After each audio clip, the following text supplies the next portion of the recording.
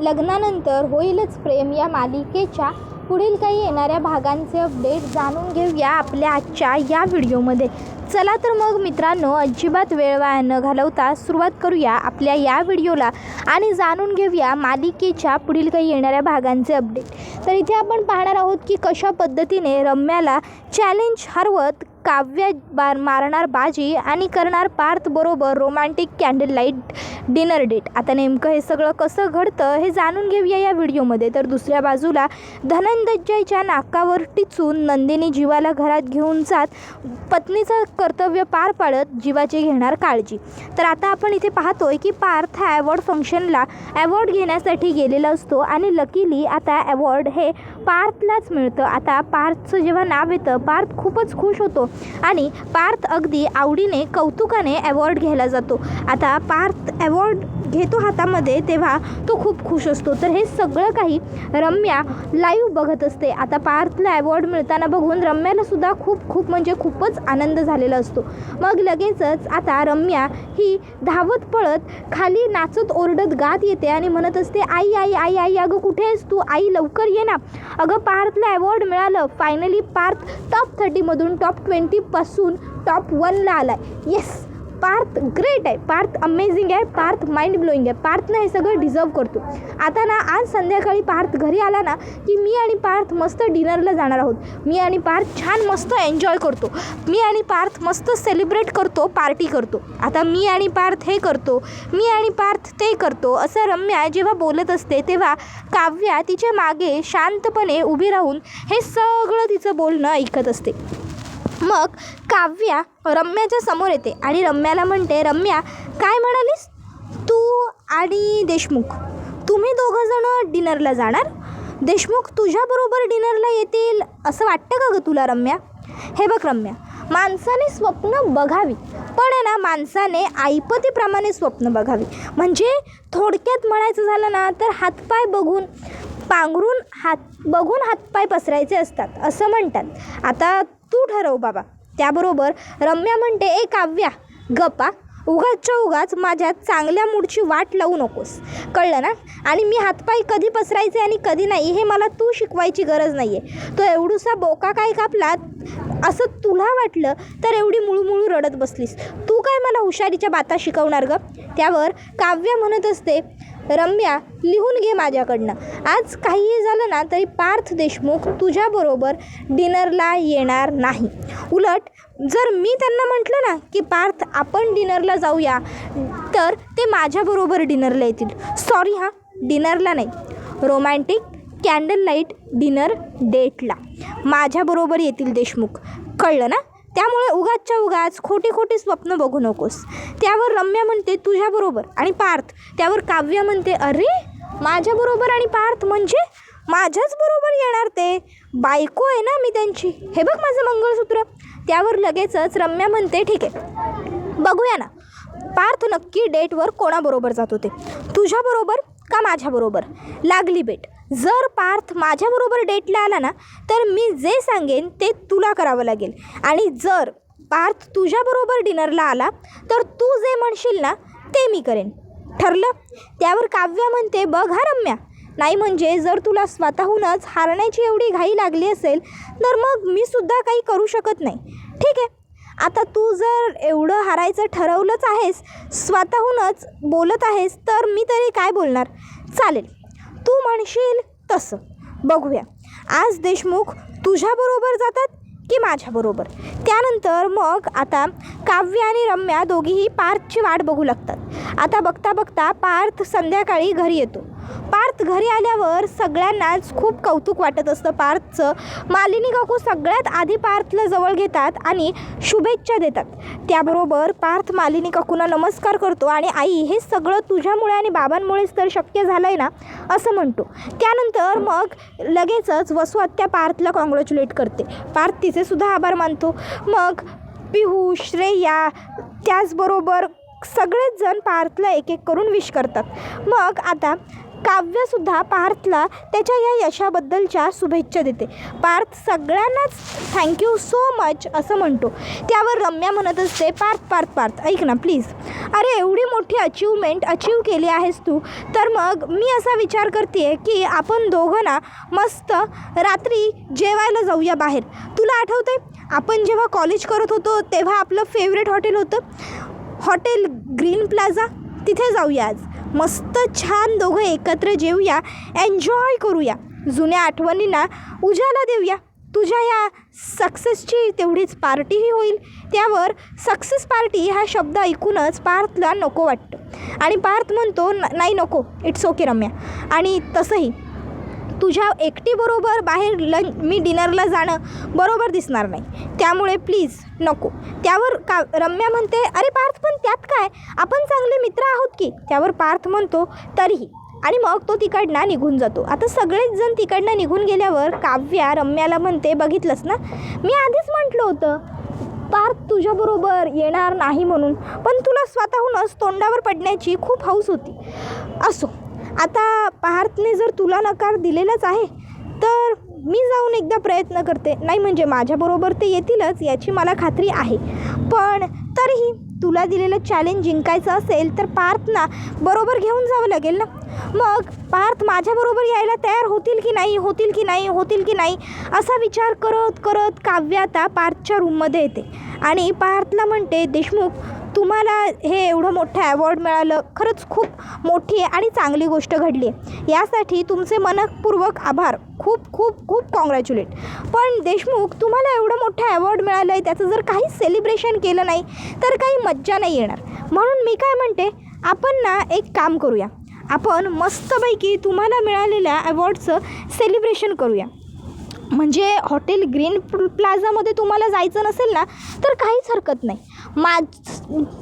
म्हणजे मी ज्या हॉटेलमध्ये जायचे ना माझ्या मैत्रिणीबरोबर, अनिशाबरोबर किंवा माझ्या इतर मैत्रिणींबरोबर आपण तिकडे जाऊया. पार्थ म्हणतो, हे बघा मी रम्याला नाही म्हटलं याचा अर्थ तुमच्याबरोबर यायला तयार होईन असा होत नाही, मला तुमच्याबरोबरही कुठेही जाण्यात रस नाही आहे, समजलं. काव्या म्हणते, देशमुख असं काय करताय, एवढं छान तुम्हाला ॲवॉर्ड मिळालं आहे तर जाऊया ना. आणि तुम्हाला माहिती आहे का, मला जे हॉटेल आवडतं ना ते खरोखर खूप छान लक्झरियस हॉटेल आहे आणि तुम्हाला जसं जेवण आवडतं ना अगदी सादर संगीत, तसं सगळं जेवण सादर संगीत मिळतं तिथे. ते काय बरं त्या हॉटेलचं नाव, हॉटेल कीर्ती हॉटेल, छान आहे हो. त्यावर पार्थ म्हणतो, काव्य प्लीज तुम्ही गेलात तर बरं होईल, कारण मला कुठेही येण्यात इंटरेस्ट नाही आहे, प्लीज जा बरं तुम्ही इकडनं. उगाचच्या उगाच हे सगळं बोलून तुम्ही तुमचाही वेळ वाया घालवताय आणि माझाही. मग काव्या बिचारी नाराज होऊन तिकडनं निघून जाते. पार्थला खरं तर काव्याबरोबर जायचं असतं. पार्थ विचार करत असतो, इतक्यात पार्थला त्याचं प्रतिबिंब दिसतं आणि ते त्याला म्हणू लागतं, काय रे जायचं होतं ना तुला काव्याबरोबर, उगाच नाही बोललो असं वाटतंय ना आता. त्यावर पार्थ म्हणतो, नाही असं काही नाही आहे आणि मला काव्याबरोबर जाण्यात काही रस नव्हता, मी खरोखरच मनापासून मला यायचं नाही असं त्यांना सांगितलं. त्यावर त्याचं प्रतिबिंब म्हणू लागतं, पार्थ अरे प्लीज, नाही जगाशी खोटं बोलू शकतोस तू, पण स्वतःच्या आतल्या स्वतःशी खोटं बोलशील, नको रे नको, एवढं खोटं बोलणं चांगलं नाही आणि मुळात तुला ना खोटं बोलता येतच नाही, त्यामुळे उगाचच्या उगाच खोटं नको बोलण्याचा प्रयत्न करू. आणि राहिला प्रश्न काव्याबरोबर हॉटेलला जाण्याचा, तर मी काय म्हणतो, जर तुझ्या मनातून वाटतंय ना काव्याबरोबर सेलिब्रेशन करावंसं तुला, तर जाऊन टाक ना काव्याबरोबर सेलिब्रेट करायला. तसंही तुला ॲवॉर्ड मिळालेला बघून त्यांना किती आनंद झाला आहे, तेवढंच त्यांनाही जरा काहीतरी चेंज मिळेल आणि तुलाही.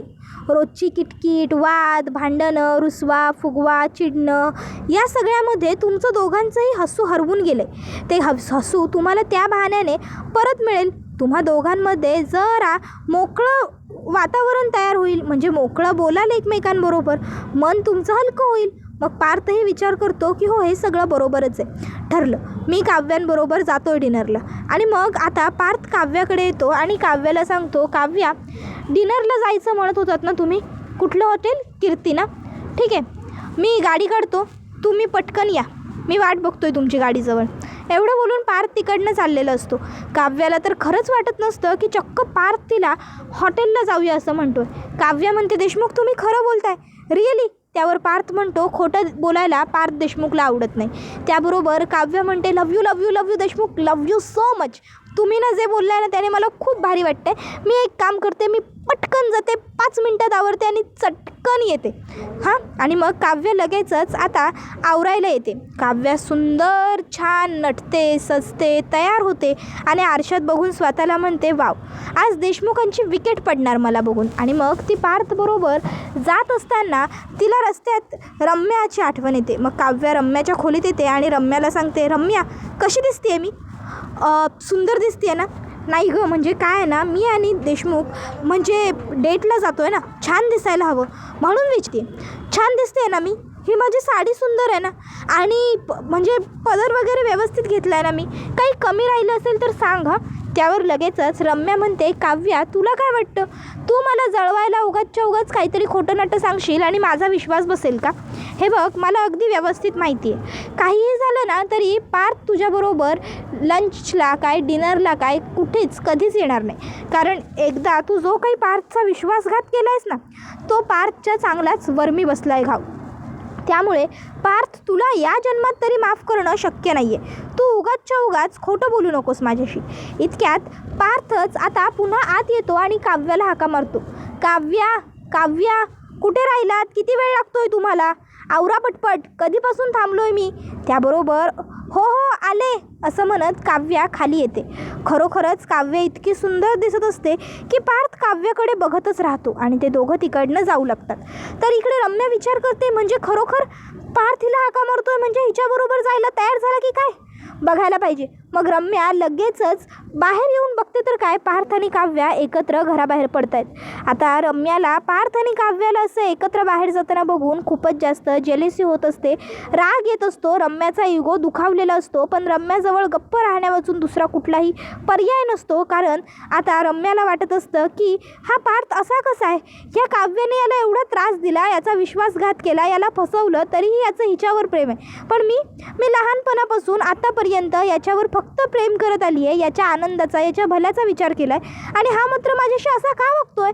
तर दुसऱ्या बाजूला आता प्रॉन्स खाऊन पोटात पॉयझन झालेल्या जीवाला आता नंदिनीने हॉस्पिटलला नेलेलं असतं. घरातल्या सगळ्यांना तिकडे बोलावलेलं असतं. मालिनी काकूंनी धनंजयला चांगलं सुनावलेलंही असतं आणि त्यानंतर आता नंदिनीने जीवाची चांगली काळजीही घेतलेली असते. आता वेळ आलेली असते ती म्हणजे डॉक्टरांनी डिस्चार्ज देण्याची. आता डॉक्टर जीवाला डिस्चार्ज देत असतात आणि सांगत असतात की पुन्हा प्रॉन्स खाऊ नका, पुन्हा तुम्हाला त्रास होऊ शकतो. आता थोडक्यावर निभावलं आहे, पण पुढच्या वेळी मात्र तुम्हाला आणखीन काहीतरी गंभीर त्रास होईल. त्यावर आता नंदिनी स्वतःहूनच डॉक्टरांना म्हणते की डॉक्टर डोंट वरी, आता मी यांची बरोबर काळजी घेईन, यांना असं वेडवाकडं मी काही खाऊच देणार नाही आहे, मी व्यवस्थित लक्ष ठेवेन. त्याबरोबर मग आता घरी जायची तयारी झाल्यानंतर मालिनी काकू जीवाला म्हणतात, जीवा आता पुरे झाला हा सगळा खेळ पोरकटपणा, बास, आता तू पुन्हा तिकडे जायचं नाही आहेस, आता तू माझ्याबरोबर आपल्या घरी चल. जीवा बाळा, तुला आणखीन त्रास झालेला मला नाही सहन होणार, त्यामुळे आता मी तुला नंदिनीच्या माहेरी जाऊ देणार नाही आहे. तुला आता आधीच एकतर बरं नाही आहे, गोळ्या औषधं वेळेवर घेतल्या पाहिजे, त्यासाठी योग्य तो आहार, पोटभर जेवण वगैरे तुला मिळायला हवं. तिकडे हालात वनवासात राहून तुला काहीही मिळणार नाही आहे. तू चल घरी चल. आतापर्यंत मी खूप पेशन्स ठेवले, पण आता नाही, मला नाही वाटत की हे सगळं तुला वाटतं तसं होईल, तू चल माझ्याबरोबर. त्यावेळी जीवा म्हणतो, नाही नाही आई प्लीज, अगं मी ठरवलं आहे ना, काहीही झालं तरी नंदिनीला घेतल्याशिवाय मी घरी परत येणार नाही म्हणून. मग तू विसरतेस का? अगं विक्रम देशमुखांचा मुलगा आहे मी, विक्रम देशमुखांचा, इतक्या लवकर हार मानेन? अगं लढाईच्या आधी शरणागती पत्करायची हे आमच्या घराण्याला शोभत नाही. मालिनी काकू म्हणतात, झाली का तुझी फिलॉसॉफी पुन्हा सुरू? त्यावर जीवा म्हणतो, आई अगं रागवतेस कशाला, मी कुठे चुकीचं बोलतोय? मी म्हटलं आहे ना, मी नंदिनीला घेऊनच घरी येईन, तर मी नंदिनीला घेऊनच घरी येईन. जीवा मालिनीचं काहीच ऐकत नसतो. मग नंदिनी तिकडे येते आणि नंदिनी मालिनीसमोर हात जोडते आणि मालिनीला म्हणते, मालिनी काकू मी तुमच्यासमोर हात जोडते, मला माफ करा. नाही म्हणजे जीवांच्या बाबतीत जे काही घडलं ते सगळं चुकीचं होतं हे मला मान्य आहे, पण बाबांनी काय मुद्दामून जीवांना त्रास व्हावा म्हणून काही केलेलं नाही आहे. त्यांचा राग योग्यच आहे ना, जीवांमुळे मला त्रास झाला आहे म्हणून बाबा त्यांच्यावर रागवलेत. पण आता तुम्ही काळजी करू नका, मी आहे ना, मी घेईन त्यांची काळजी, त्यांना आता मी पुन्हा त्रास होऊ देणार नाही. हा माझा शब्द की त्यांची व्यवस्थित काळजी घेईन आणि त्यांना वेळेवर गोळ्या औषधं देईन, त्यांचं सगळं पथ्य पाणी मी पाळीन. मग तर झालं. हे ऐकून मालिनीला बरं वाटतं आणि जीवाला नंदिनीबरोबर तिच्या माहेरी जाण्याची परवानगी मालिनी देते. मग नंदिनी आता जीवाला घेऊन घरी आलेली असते. धनंजय जीवाला घरात घ्यायला तयार नसतो, पण धनंजय बरोबर वाद घालून धनंजयला आता न जुमानता नंदिनी जीवाला घेऊन घरात जाते आणि जीवाची योग्य ती काळजीसुद्धा घेते, जीवाचं पथ्य पाणी राखते, जीवाला गोळ्या औषधं सगळं वेळेवरती करत जाते. तर आता आपल्या दोन्ही मुलांचे संसार मार्गी लागलेले आहेत. हळूहळू का होईना पण नंदिनी ही जीवामध्ये रुळायला लागली आहे. नंदिनीने जीवाला घरात घेतलं तर दुसऱ्या बाजूला काव्याने सुद्धा हळूहळू का होईना पण पार्थचं मन जिंकायला सुरुवात केलेली आहे. आज कॅन्डल लाईट डिनरला गेलेत, उद्या कॅन्डल लाईट डेटला जातील, त्यानंतर एकत्र येतील, अशी सगळी स्वप्न मालिनी काकू बघत असतात. आणि मग त्या आता गणपती बाप्पाजवळ हात जोडतात आणि म्हणत असतात, देवा आता मला जशी आशा दाखवतोयस ना, सगळं अगदी तसंच घडू दे. मला आशा दाखवून पुन्हा मला निराश करू नको. माझी मुलं आणि माझ्या सुना चौघांनाही अगदी खुश ठेव, आनंदी ठेव. त्यांचा संसार अगदी सुखाचा होऊ दे, समाधानाचा होऊ दे. तर दुसऱ्या बाजूला रम्या ही वसुहत्याला म्हणत असते, आई मला कळतच नाही गं, नक्की माझं काय चुकतं सांग ना. मी पार्थवरती एवढं मनापासून निखळ खरं प्रेम केलं, ही माझी चूक आहे का गाई? पार्थ माझ्याबरोबर नेहमी असं रूढ का बघतो? मी त्याला म्हटलं आपण डिनरला जाऊया, तर मला काय म्हणाला की नाही, मला तुझ्याबरोबर डिनरला यायचं नाही, ते बरोबर दिसणार नाही, बरोबर वाटणार नाही. आणि त्या काव्याबरोबर डिनरला गेला. स्वतःच्या बालमैत्रिणीबरोबर डिनरला जाणं हे याला शोभत नाही आणि फसवणूक केलेल्या मुलीबरोबर कॅन्डल लाईट डिनर डेटवर जाणं हे याला पटतं. नाही आई, आता ना मला सहन नाही गं होतं हे सगळं, असं म्हणत आता रम्या चिडचिड करत असते, वस्तुकांच्या आदळापट करत असते आणि म्हणत असते. आणि त्यात ती काव्या मुद्दामून मला आणखीन चिष्टवत होती. काहीतर म्हणे साडी छान वाटते आहे ना, काहीतर म्हणे देशमुखांबरोबर जायचं आहे वगैरे वगैरे. पण ना मी ह्या काव्याला चांगली जन्माची अद्दल घडवल्याशिवाय गप्प बसणार नाही आई. ही स्वतःला काय समजते ना ते मी पण बघतेच. त्याबरोबर वसुहत्या रम्याला सांगते, रम्या बाळा हे बघ, शांत हो, उगाच चिडचिड करू नको, डोक्यात राग घालून घेऊन काहीही मिळणार नाही आहे. अगं हे बघ, हळूहळू तुझ्या मनाप्रमाणे गोष्टी घडत जातील, तू धीर धर बरं. चिडचिड करून, रागवून, वाद घालून काय मिळणार आहे? शांत राहा. त्याबरोबर मग रम्या जरा शांत होते. वसुहत्या तिला पाणी वगैरे देऊ करते. त्याबरोबर हा व्हिडिओ इथेच संपतो. व्हिडिओ आवडला असेल तर व्हिडिओला लाईक करा, चॅनलवर नवीन असाल तर चॅनलला सबस्क्राईब करा आणि बेल आयकॉन आठवणीने प्रेस करा, जेणेकरून तुम्हाला पुढच्या प्रत्येक व्हिडिओचं नोटिफिकेशन मिळत जाईल आणि सर्व व्हिडिओंचा आनंद हा अगदी उत्तम पद्धतीने घेता येईल. चला तर मग प्रेक्षकांनो, आजच्या पुरतं इथेच थांबूया. लग्नानंतर होईलच प्रेम ही मालिका तुम्हाला कशी वाटली हे आम्हाला कमेंटमध्ये सांगायला विसरू नका. पुढे काय घडतं हे जाणून घेण्यासाठी आठवणीने चॅनलला सबस्क्राईब करून बेल आयकॉन मात्र प्रेस करून ठेवा. धन्यवाद.